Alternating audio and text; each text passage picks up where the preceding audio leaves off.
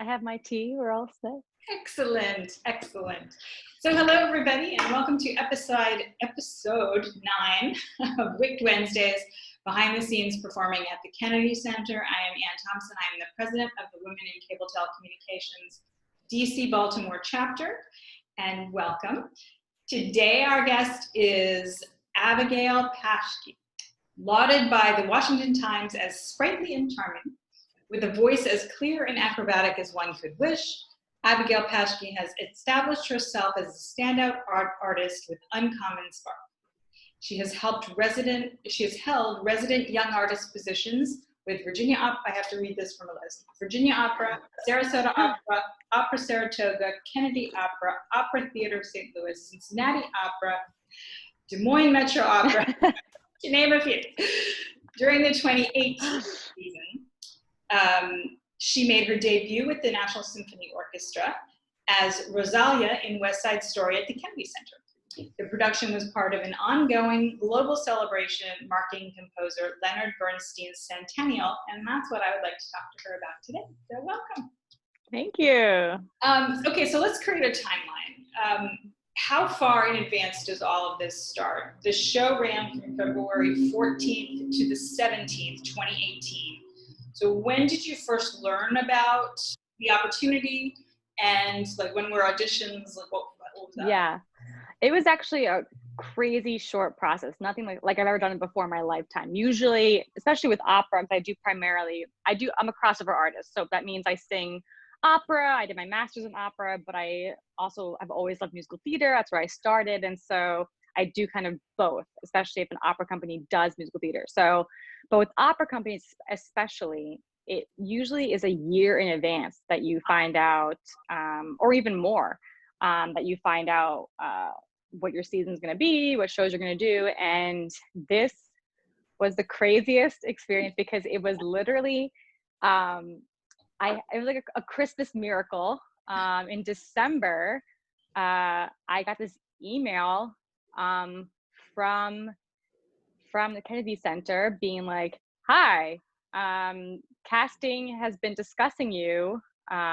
Stephen Reinecke, who's the conductor, Francesca Zambello, who is the she's a artistic director, of Washington National Opera, and Eric Schoenvogel, who's a choreographer for the opera company, and casting for the symphony. They've been discussing you. This is December, and they're like, we're doing West Side Story. We want to offer you Rosalia, and here are the A-listers in the cast, like these crazy stars. I was like, is this a joke? I swear I'm being punked right now. Like, what is this weird, awkward joke, this Christmas joke? And they were just like, you have a week to decide. Please get back to us. And so I think I waited like 10 minutes. Just try to like play it cool for 10 minutes. And then I was like, yes, of course. And so then like negotiations were made, and January came and they sent us materials and stuff like that. But and then February, obviously, were the performances. So that was super short. Usually it's a lot longer of a process. Right. So that's cool. Crazy short. I'm wondering about the material. So you say, first of all, you sang America, I think one of the best known songs from the and you were also part of many ensemble pieces. So they must have had to send that immediately so you could start the process of practicing. And like, how do you prepare your approach for songs and parts like that? Well, luckily, I think part of the reason why I was on their mind was because I already had done West Side Story as Maria with a black wig, obviously, in Cincinnati. And so I think that's how I got on their radar, especially Francesca Zambello, because she runs also the Glimmerglass Festival, which is a festival in upstate New York, and they work mostly with crossover artists like me. So I think I was like, just somewhere in their thoughts. But basically, I already had the score and the dialogue. They sent us everything in January, but I'm like crazy type A. And as soon as I said yes to the contract, I immediately whipped out my score, which is the music for the show, and started looking at all the ensemble numbers because I hadn't done the ensemble numbers as Maria. And I had to work a lot on changing my vocal technique because I had just finished doing audition season, which is in December for the opera companies. And so I was singing only opera, and this role is a belting role, which is a completely different part of the voice. You have to physically get in shape for that. So basically I whipped out the score and just went to work on technique, trying to get my voice into that musical theater resonance, which is a different resonance. And it involves a completely different technique. So that's where I just kind of dove into that. And then once I felt comfortable in that register, because especially this role is super low too. So already I was kind of like, okay, yeah, let's see if I can do this. Yeah, sure. Of course I can sing this. Yes. You always say yes. You never say no. And so I worked on it. It was great. And then I focused on the character. And with that, I just try to, I speak the lines as if they weren't being sung. I speak them as dialogue, and I create a character. I create, you never know what the director is going to want. And so you have to have some ideas going in there, and you have to be ready to change like that. If they say, no, I don't like that direction. And so I had Rosalia being kind of modest and meek and missing Puerto Rico. I had her as a challenger to Anita, kind of like a fellow, a rival gang member almost. I had her cynical, just all different. I just kept on working on the character and just different ideas, and kind of went to town with kind of improving. And you have to think about their backstory. Like, do they have a lot of friends? Is their family with them right now? Did their family come over with them from Puerto Rico? Are they all alone? Are they shy? Are they having a difficult time in New York? So all that kind of stuff. Long-winded, but yeah. Fun stuff. And and we talked about the different preparation you have to do. It's singing. Do you work with a vocal coach? So did you have to actually go through a lot of that, or you've been doing it long enough that you just can practice on your own? I've been doing it a long time. So if I had more time, I think that I would have, but because it was just so insane, I just did it myself. And I felt confident in it just because I know the show really well too. So I knew what I wanted it to sound like. I knew what my voice can do, especially when I'm in shape vocally. So I just had that idea, and I just said, don't stop until you get to that sound, basically, Yeah. Well, that's good.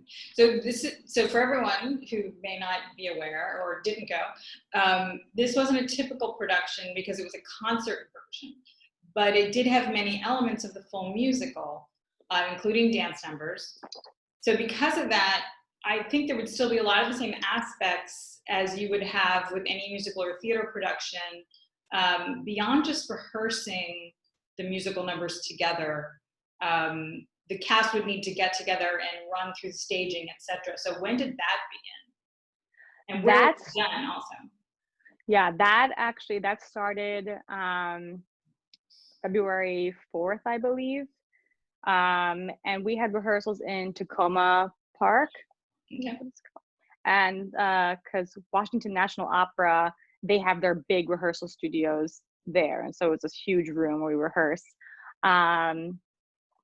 And it was just like doing a regular production, which I was prepared for because they told us it's semi-staged, which means literally anything, because they could just have you stand and sing. They could also ask you to do choreography. I mean, I did a semi-staged The Sound of Music, and it was literally a full-blown production. You would never know a semi-stage. They just call it semi-stage because the orchestra was behind us.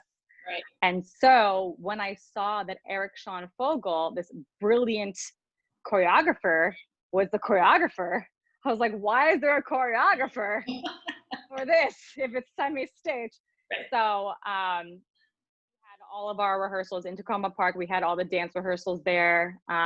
First day of rehearsal on the 4th or 5th, we all, it's tradition that you sit down and you sing through the whole show with the conductor. Everyone sits in a nice little circle, and we read through the show. Like you'll see, if you see people going through TV shows even, or movies, that they always sit at a desk and you just read through it, and you sing through it for us. And we did a week of rehearsals in Tacoma Park, which were really crazy just because, again, not enough time. It was enough time for professionals, but let's just say it was tight. We had rehearsals starting at 11 a.m. until 9 p.m. Wow. So it was a lot, Monday through Saturday. Wow.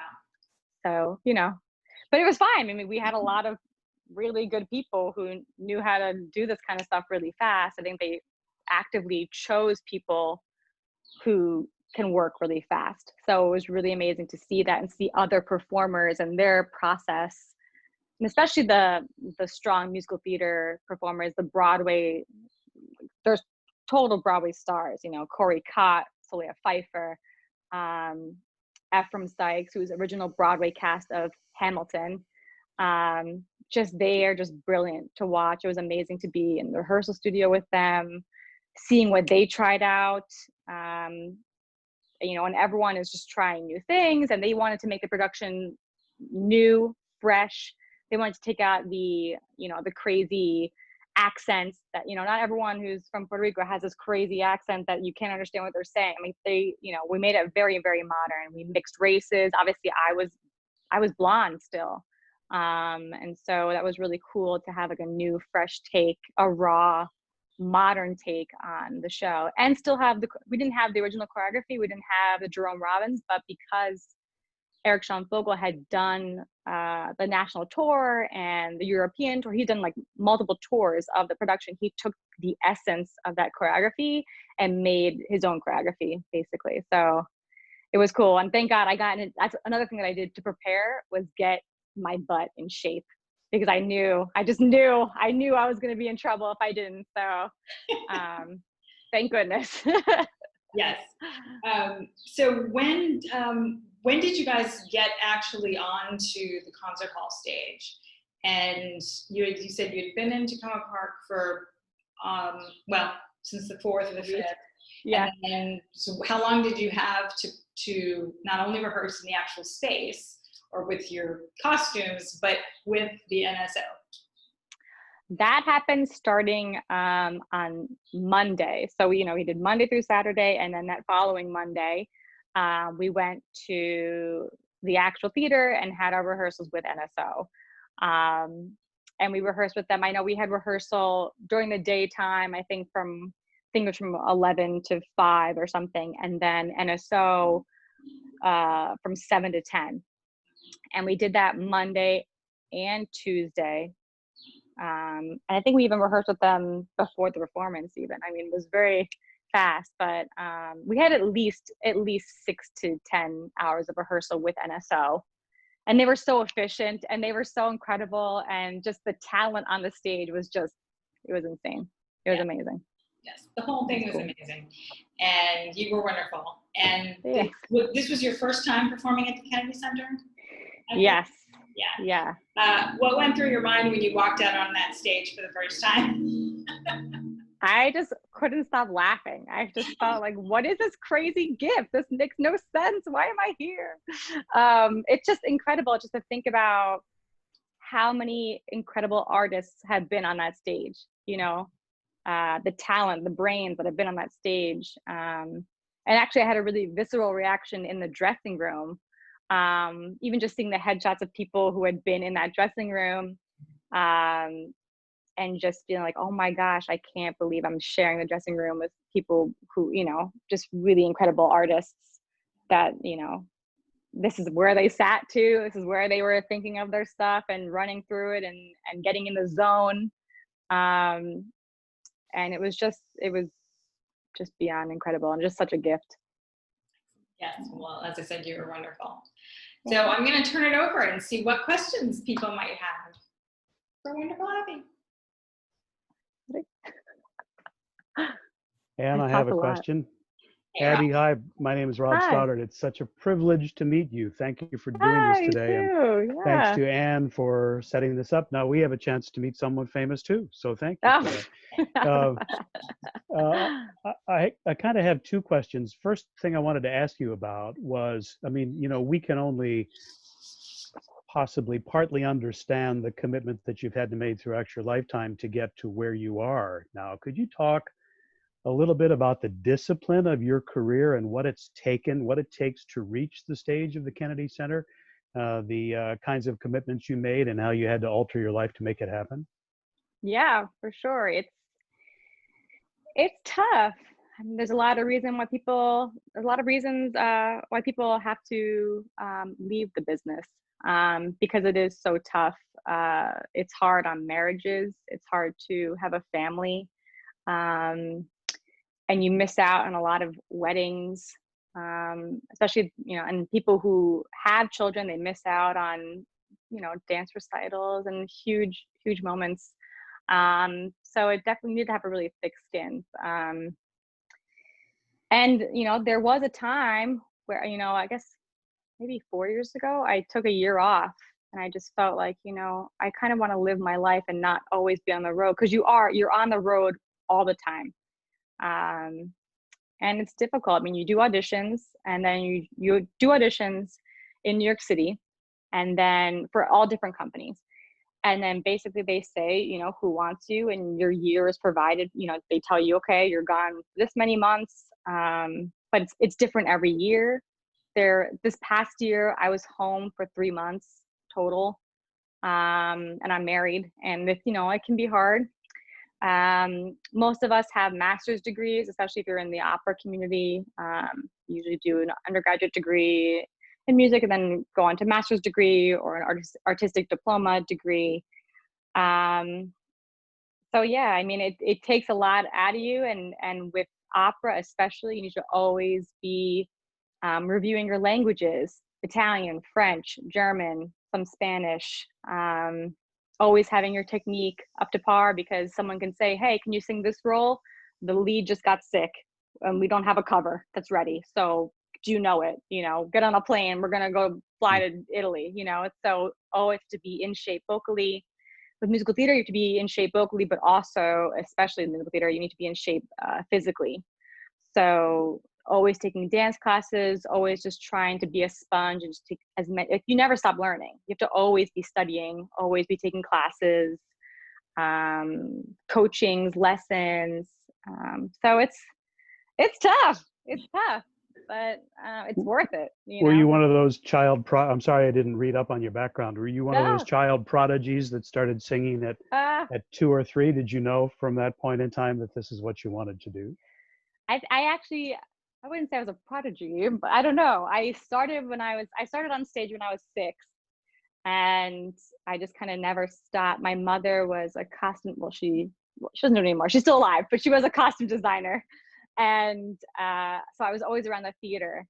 And when I was 6, I saw people performing on stage. It was like some community theater production. I was like, I need that. I need to be on stage right now. I was always very dramatic, and they weren't surprised that I wanted to be on the stage. I'll just say that. And then I just took lessons starting at age 10, voice lessons, and just never stopped.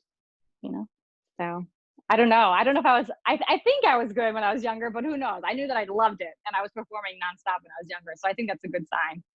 But Well, that's great. Well, just one more, if I may, just to kind yeah. of flash forward to today. Obviously, boy, there's a ton of concern about the viability of the arts community going forward after this pandemic. Issues around whether people are, even if you start performing again on a stage, whether people will be willing to crowd into auditoriums to see you. What's your take on that? And as you deal with your colleagues in the arts community, what's your outlook on the next couple of years?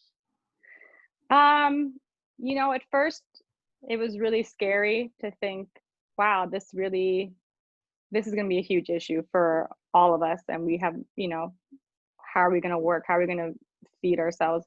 But I think the arts have always found a way.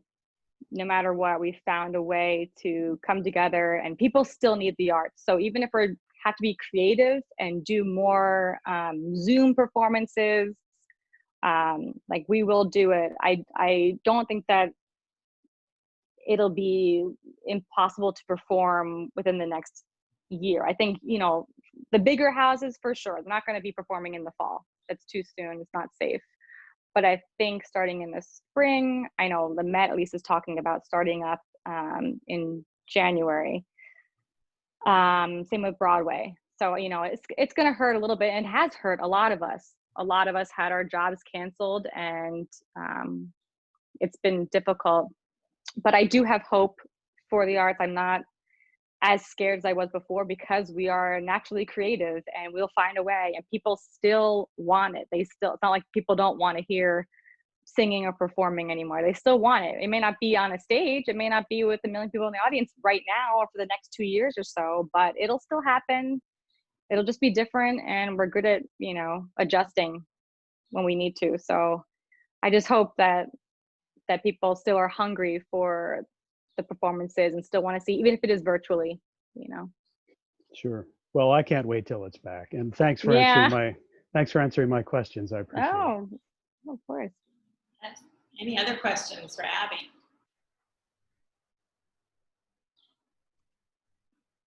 Hi, this is Phil. We met a long time ago, Abby, and it's good to see you grow and prosper in the arts. You know, it's a tough nut. I have a nephew who's a poet, and he ended up teaching to support himself with poetry. But so my question has to do with what you find in terms of receptivity.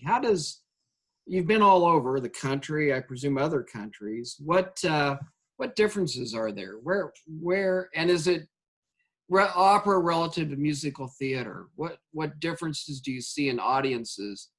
Are there differences? And if there are, how would you characterize those differences? Well, for opera especially, people in Europe go crazy for opera. It's incredible. I mean, the times that I've sung in Italy, there were times where my colleagues and I would go out to dinner, and they find out that we were opera singers, and they would ask us to sing, and then we'd get our meal on the house. Always.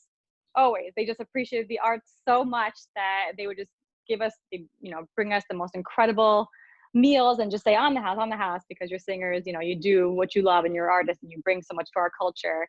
And I know when I was studying in Austria, in Salzburg, they had a big screen playing operas almost every night, and it would always be packed with people of all different ages. It's not just people, 50 and up. It was all different. So I felt that in Europe, especially, they're more, it's a younger audience. I think it's just in their culture to love that type of music, and they grew up with it, and there's no stigma about it being for only highly educated people or for older people. It's like anyone can love opera. And so that was nice to see over in Europe. But there's actually a lot of support here in the States too. I mean, places you would never necessarily think about, like Des Moines Metro Opera has just an incredible company and a huge donor base, amazing people supporting the opera company there. They bring in people from the Met and from all over to sing there. I mean, they're great to work for, and just the fact that people are so excited about it. It's kind of, Des Moines, Iowa. You never would think that, but the people really, really, really are hungry for it there. So that's cool. I'm also St. Louis too. I work for Opera Theater St. Louis. And they also, you wouldn't expect it, but they had some of the most excited people really enjoying the opera and wanting to get to know more. They were just hungry for opera all the time. So I think that in the States, there's still a problem with getting the younger generations interested. But that's why I think a lot of the companies are incorporating more musical theater into their seasons, because the younger generations can kind of relate to it more. Usually they're in English, so they can, they understand the words. There's not much of a barrier there. Now they're doing a lot more typecasting with, what you look like. older opera companies or old school opera would only base it just on your technique and your voice. But now it's more about, okay, can you play the ingenue, right? Do you look like an ingenue? Do you look like the love interest? And having it be a little bit more realistic, I think, is going in the right direction of finding younger people to enjoy it and relate to it and believe it, and get lost in the story.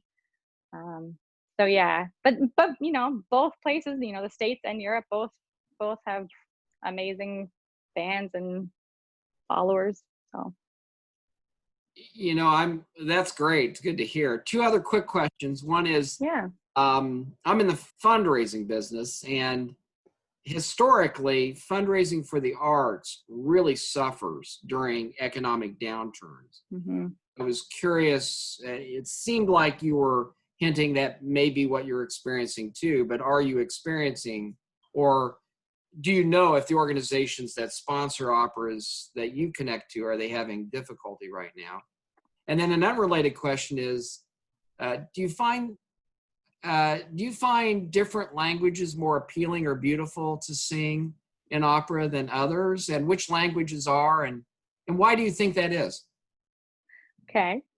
So first question, I don't know if they're actually having trouble funding. I mean, I know the Met, at least, they've received a ton of funding, especially during this time. I think 60 million around there. So I think people are realizing how vital the arts are to our world, and just being human and having that. So I actually, you know, I don't know really, but I think from what I've been reading that things are actually doing pretty well right now. And actually there's been a lot of different foundations that are helping artists like me who has lost work for this rest of the season. The unions that were part of Equity and AGMA both have been helping out the artists too, because they've received funding.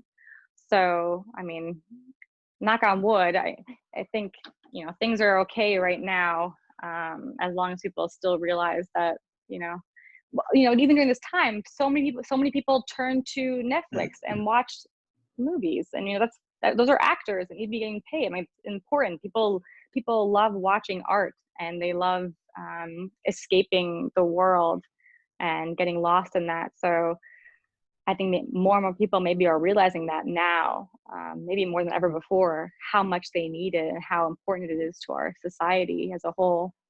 And then the second question was about the languages. I personally love singing in French.